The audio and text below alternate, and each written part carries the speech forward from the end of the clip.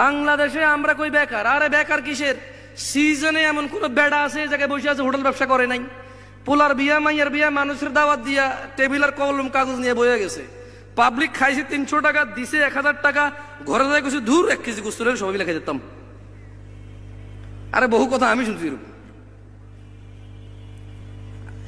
আমি শুনছি বহু কথা। তো হোটেল ব্যবসা এদেশে কে করে নাই? এদেশে প্রায় লোকই হোটেল ব্যবসা করে, বুঝছেন? হয়তো বুঝে না যে এটা ব্যবসা।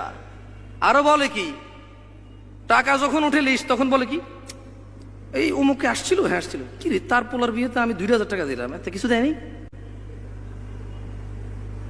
পরে মনে কষ্ট না, আর আধা ঘন্টা পরে বুঝে যে না, ওনার ছেলে আসছিল, ছেলের নামে উনি দিছে 5000 টাকা দিছে। ওহো আচ্ছা আচ্ছা, ওনার নাম লেখে নাই। আল্লাহ আমাদেরকে বোঝার তৌফিক দান করুন, আমিন। যাই হোক, শেখ চলে আসছে আমাদের, আমি আর বেশি কিছু বলবো না, আমার কথা এত জ্ঞান নাই।